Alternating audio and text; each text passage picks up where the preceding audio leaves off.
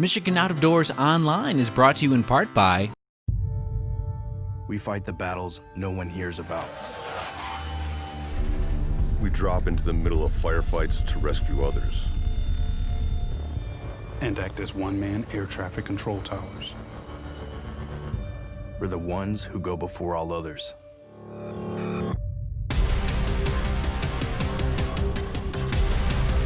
Join the fight.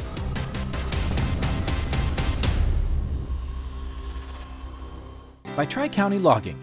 Experienced in sustainable forestry practices, Tri-County Logging can help you manage your property by keeping your woods healthy and generate income. Serving southern and mid-Michigan for nearly 50 years, TriCountyLogging.com. Hi everyone, welcome to Michigan Out of Doors. I'm Jenny Silik and we've got an exciting show lined up for you this week. We're going to take you out to do something you might not think of doing, especially in December, and that's casting for lake trout. Jordan Brown will take us up to the northeast part of the Lower Peninsula to do just that, and Jimmy's got something else exciting in store for us this week too. Well, that's right, Jenny. We do have a few more things on this week's show. We're actually going to kick things off by showing you the first couple of weeks of my firearm deer season. It was kind of a hodgepodge at best, but I had a lot of fun and was able to get some venison in the freezer. We'll have that for you, as well as a really cool gun manufacturer over here in West Michigan, and I think we have time for a recipe as well.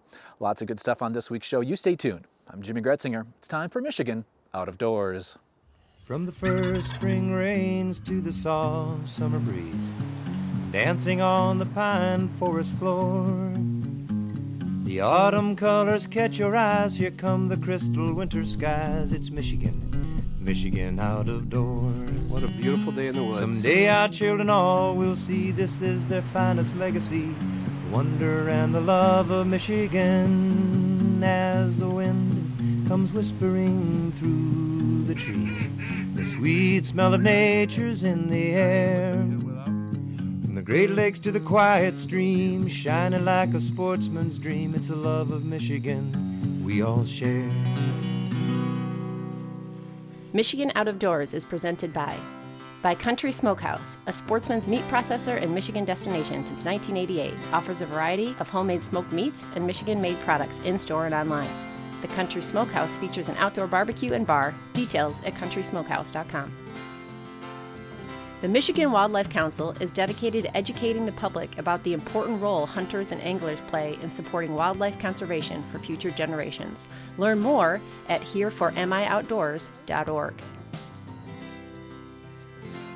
By RBM Jigs, a Michigan-based company serving ice fishing anglers around the state and throughout the country. Specializing in ice fishing gear, RBM Jigs manufactures tungsten jigs, soft plastics, and much more. Online at rbmjigs.com.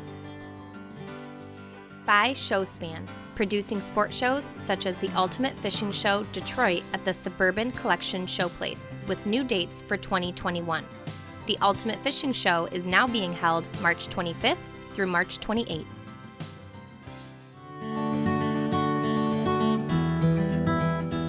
We're going to head out right at probably about 6. Guys are going out to the blinds. The numbers are down a little bit this year. Obviously, COVID's impacted some of the hunters, and they haven't been able to make it up. But hopefully we'll do some good. We're going to be hunting the edges of the swamp, pretty much everybody, and we're going to hope for the best. Bought it in 2003, been hunting ever since. And pretty much the same group of guys. Tom, and from my hometown, his brother Tim, my nephew, local guy Tim Vogel, and we've pretty much hunted it. Another buddy that's from the Air Force, retired, and we've done pretty well over here over the last, 17, 18 years. Opening morning found me here in Mecosta County and actually getting to hunt on the opener. Kevin was nice enough to invite me back here after we taped a rabbit hunt on this same property earlier in the year. Well, it's about 10 o'clock opening morning. Had some really big storms that blew through here. It's actually quite nice right now. The wind has died down just a little bit and it stopped raining. I think we've got a little window here. It looks like there's another system gonna come through here in a little while, but it's pretty good right now. Still have not seen a deer. Been texting with Jenny and Jordan, and neither of them have seen a deer yet, so gonna be a little thin on deer footage for our opening day story at this point. I'm heading out before a tree starts falling on me here in this wind. Probably one of our worst opening days collectively as the TV show we've ever had. I don't think Jenny got a deer on tape. I did not see a deer. I think Jordan saw a button buck. So there's a little bit of a lull in the really heavy stuff, so I'm gonna head in for a couple hours and hopefully this wind will lay down. But opening day is kind of a wash so far here in Mecosta County.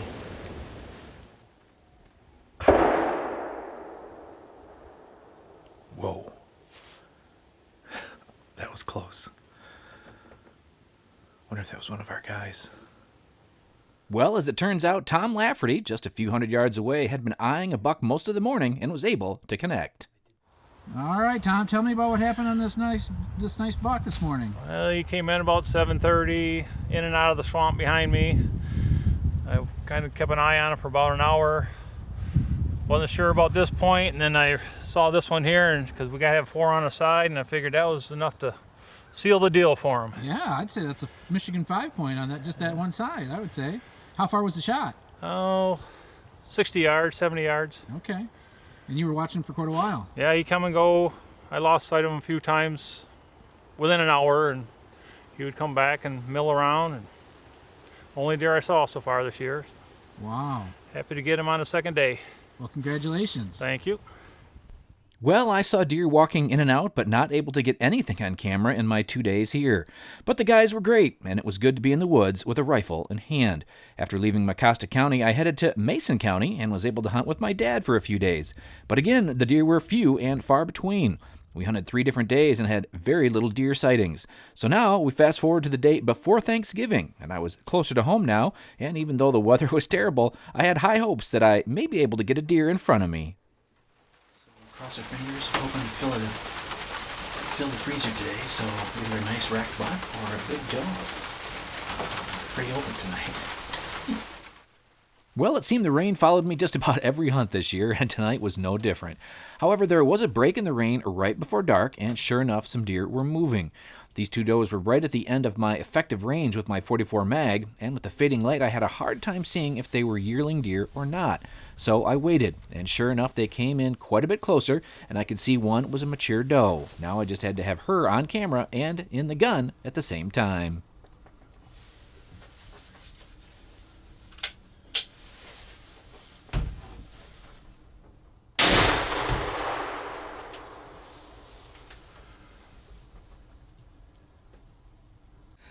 Five minutes before shooting light. When they first came through, I thought they were 2 fawns, because they're pretty small.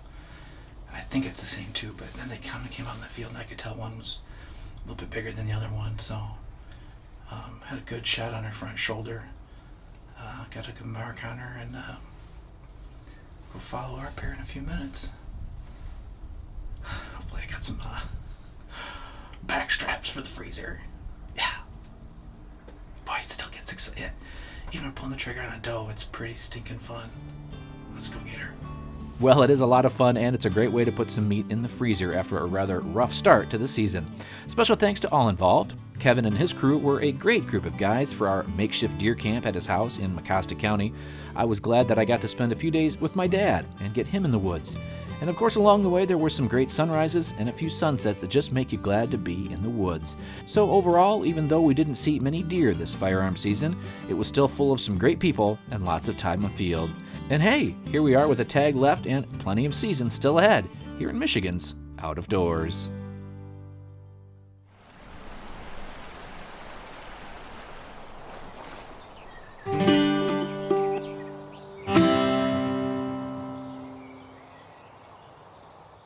For our next segment on this week's show, I was up in the northeast part of the state to take advantage of some of the last open water fishing of the season, casting for lake trout on Lake Huron.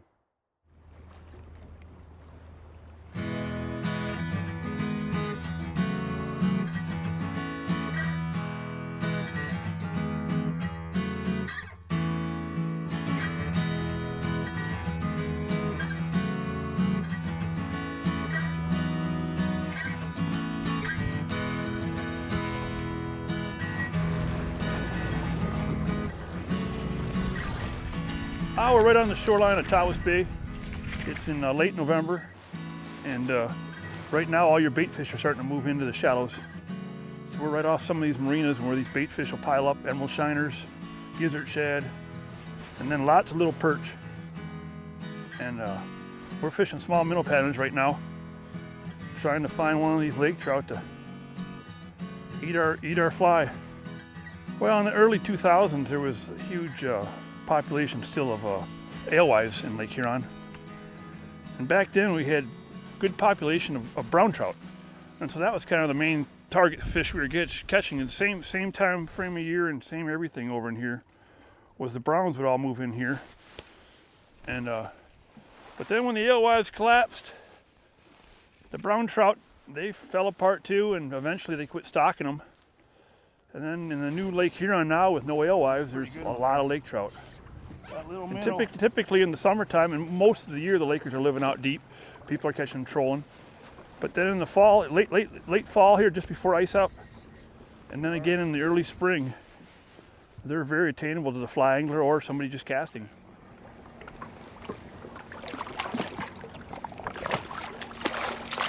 There we go.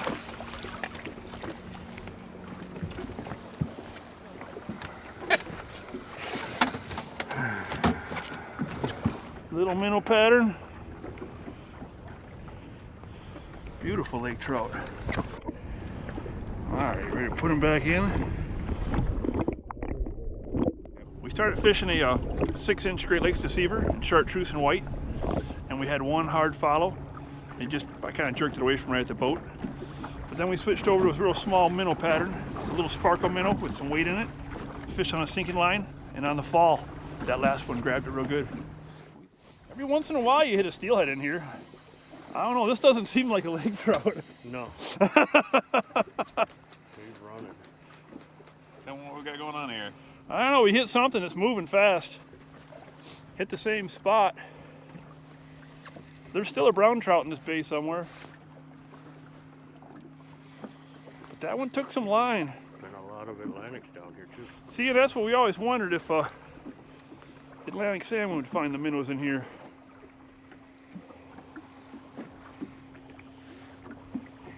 Maybe it's a laker, but lakers fight hard. But normally you don't find lake trout making that nice run like that. It's a heavy fish. I got a glimpse of him.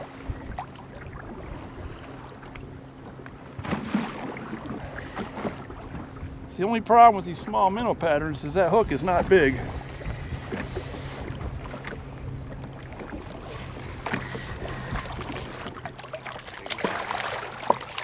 There we go. Beautiful lake trout. It's got a little more color to it.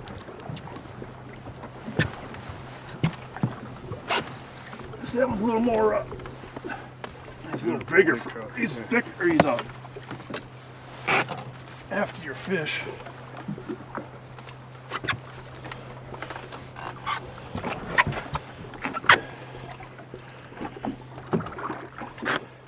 With 2 fish ending up in the net in the first hour, we were off to a great start. Kelly uses a wide variety of flies when targeting lake trout and took me through a few of his favorites. Oh, we got the sparkle minnow, which is imitating a gizzard shad, about 2 inches long. A lot of perch patterns. And the perch used to be big in this bay, but most of these perch are not big anymore just because everything's eating them up. My Great Lakes deceiver, that's kind of the go-to fly a lot of times, but here of late, like today, we've been getting them in very small minnows. That fly in the rainbow and basically just a nice bait fish pattern. Typically the lake trout like something big, 5 to 6 inches long in the springtime rainbow patterns because of all the stocked fish. But chartreuse, or now and again we get them on the, everybody talks about the lake trout eating gobies. And that's a trout pattern right there, a dungeon. But that's an extremely good lake trout fly. For the fly rod down here, what you want is just a good fast action 9-foot 8 weight. The one right here I'm using is a one I built, but it's a custom Winston, which they're the Alpha Plus is an excellent rod, kind of on the high end side, but they make a lot of good 8 weights. And then we got a long sink tip. It's got a 30-foot sink tip. This one's made by Airflow. It's called Streamer Max. It's a 330 grain shovel head. And there's a lot of lines out here similar to these, but something that sinks fast for somebody that's looking cast lures. Just a good, nice 8-foot something that can hold some 10, 12 pound line. Good action, something cast long ways. Little Cleos, things that represent minnows. A lot of casting spoons. Oh yeah. Keep them coming.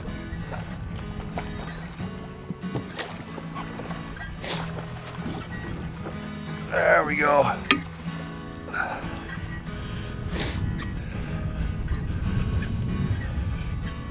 Good size one. Beautiful acre. Some look a little rougher than others, but that one's nice and clean looking. The last couple of hours were a little tough, but we ended up landing one last lake trout just before we lost camera light. Special thanks to Kelly and Greg for letting me tag along on a fun night of fishing here in Northeast Michigan.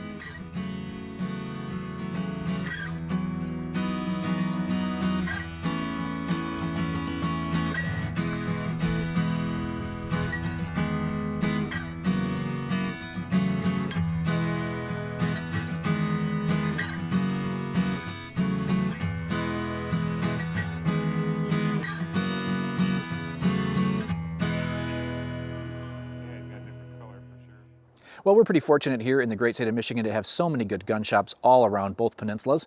One thing we don't have a lot of is someone making a firearm from scratch. Well, that's what's happening here in West Michigan.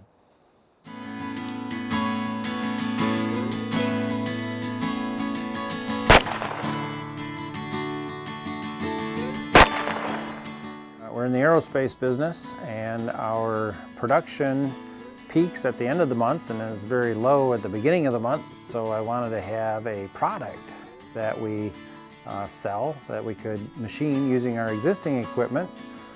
And the idea of a gun came up. And I always wanted to produce a gun, a handgun, basically a .357 Magnum, which this is. This is an 8-inch barrel. It's ported. It has variable pitch rifling in it, so the bullet will spin faster as it exits the barrel. It has very nice optic sights that attract light and give you a good visibility with your sights. The 8-inch barrel is what we started with, but we've just started making a 10-inch and a 6-inch barrel that will be available. It's a double action revolver and single action. We have an extremely light pull on the trigger. The part starts out as a block, a solid block, and then we machine it from there. We do a couple of operations, then we go through, put it in the rotary. We're able to machine the outside. We machine the slots for the ejector and the mounting for the sights, top and bottom. That's all done right here. I had heard about Silver Creek Firearms and was looking forward to seeing this gun in person, but also learn more about how you can actually make a gun from scratch. These are the cutouts from the frames being manufactured. Really? So we have a big chunk of metal. We're able to get 4 frames out of each chunk of metal, and it's all 17.4 pH, which is a precipitating hardening stainless steel. The start holes are here, and then you have a continuous feed of a 12 thousandths diameter wire going around and cutting that blank out of there. It was kind of interesting on just how Scott decided on the caliber to use. As it turns out, it came from a good hunting story. He came up to me one morning and said, "You know, your father and I, we used to go hunting together. And he had a .357 Magnum revolver, and he got a deer every year. And I had my .243 rifle, and I didn't always get a deer, but he did. And so that was really the start of that story, is why I picked a .357 Magnum to shoot. And my father was a police officer in Montague in the 1950s, and the government issue weapon was a .357 Magnum. And my nephew, I believe, owns that today. They have been working on this gun and others now for just a few years, and it was pretty neat to see the prototype. Okay, so this is the prototype, and this is the first gun that had many iterations till it finally became this gun. The basic concept was all there. Everything, all the features that we have in the current gun are in this gun, but the mechanics of it and the interlocking, everything that works had to be refined and tested out.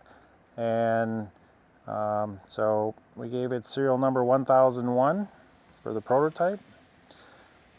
Very nice gun. I enjoy shooting it. This gun, as you can imagine, is more in line with high-end custom pistols used for competition shooters. With only a few hundred even being made, it is a very unique pistol made right here in Michigan. Started the prototype about 2 years ago, and after we got the prototype manufactured, we pre-sold 112 guns, and we have now shipped all 112 of those. We had a batch of 100 that we started with, and then we had a second batch of 100 where we're on that second batch. And I think the second batch, we've shipped 20 of those so far. I think inventory right now, we probably have about 10 available. And we'll get these, the next 90 going for inventory and sell as we go. Scott and his crew here at Silver Creek have a few more guns in the early stages, but this 7-shot .357 is really something to see and to shoot. With the porting, this gun has very little recoil and is pretty accurate if you know what you're doing. It's always impressive what the Michigan sportsmen and women can do and come up with. For more on Silver Creek, we will have their contact information in the credits of the show. Thanks to Scott and the guys for showing me around the shop and for introducing us to this very unique Michigan firearm.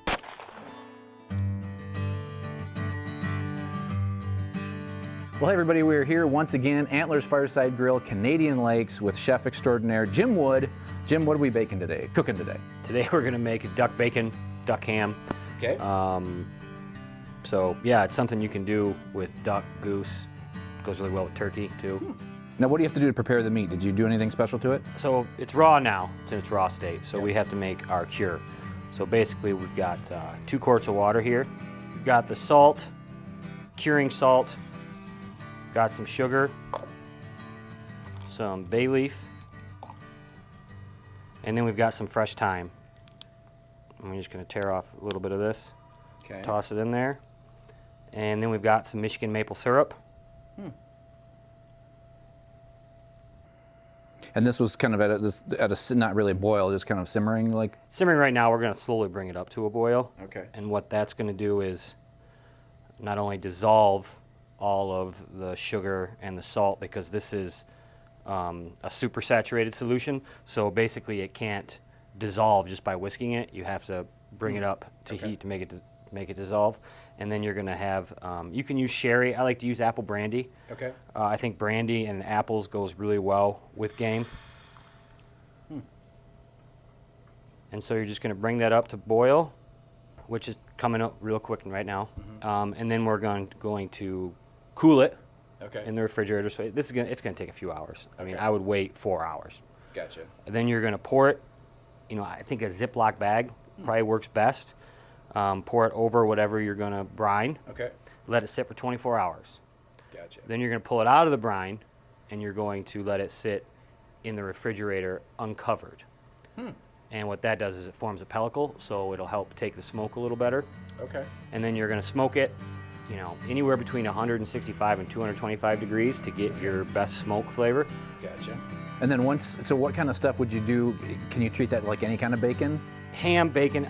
I look at this more of a ham. Okay. So sandwiches goes really well in pasta. Serve breakfast at camp. It's really good. Grind it up, add it to burger to make a hamburger. Oh, really? Yeah. Okay. It's really good. Thanks for joining us this week for Michigan Out of Doors. If you're wondering where we are and what we're up to next and what might be on upcoming shows here on Michigan Out of Doors, you can always check us out online. It's a great place to see what we're up to. Well, that's right, Jenny. Online, always a great way to kind of keep tabs on us. You can do that through our website, our social media platforms, as well as YouTube. If you're ever on there, you can subscribe to our channel there. Get an email every time we post something new. We do have some new stuff coming over the next several weeks as well, but out doing a little bass fishing, some pheasant hunting. Elk season is this upcoming weekend, so lots of good stuff that is happening around the state of Michigan. Get out and enjoy it. And if we don't see you in the woods or on the water, hopefully we'll see you right back here next week on your PBS station. Michigan Out of Doors is presented by. Do you dream of somewhere bigger than your backyard? You can get there with Greenstone. Whether you want to hunt, fish, hike, or just watch the sunset, we're ready to help you own your place in the great outdoors. To learn more, visit greenstonefcs.com. WorkingPerson.com. From the factory floor to the job site and into the field, WorkingPerson.com supplies work boots and shoes, workwear, safety gear, and more. For individuals or outfitting your whole team. Learn more at WorkingPerson.com. By G5 Outdoors, makers of the Quest and Prime bows, manufactured and designed in Memphis, Michigan. G5 offers a line of archery bows, broadheads, and accessories on the web at g5outdoors.com. By Jay's Sporting Goods, with locations in Clare and Gaylord.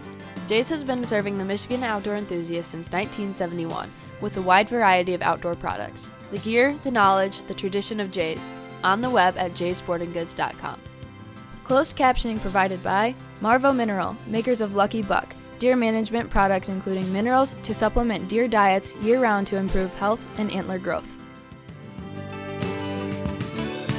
When I wander far away, a dream stays with me night and day. It's the road that leads to my home state. I am a Michigan man. Changing seasons paint the scene like rainbow trout in a hidden stream. The white-tailed deer in the tall pine trees. I am a Michigan man. I am a Michigan man. Ask where I'm from and I'll show you my hands. Lord above, I love this land. I am a Michigan man. From the Keweenaw down to St. Joe, Kalamazoo, east to Monroe, to St. Marie and back again. I am a Michigan man. I am a Michigan man. Ask where I'm from and I'll show you my hands. Lord above,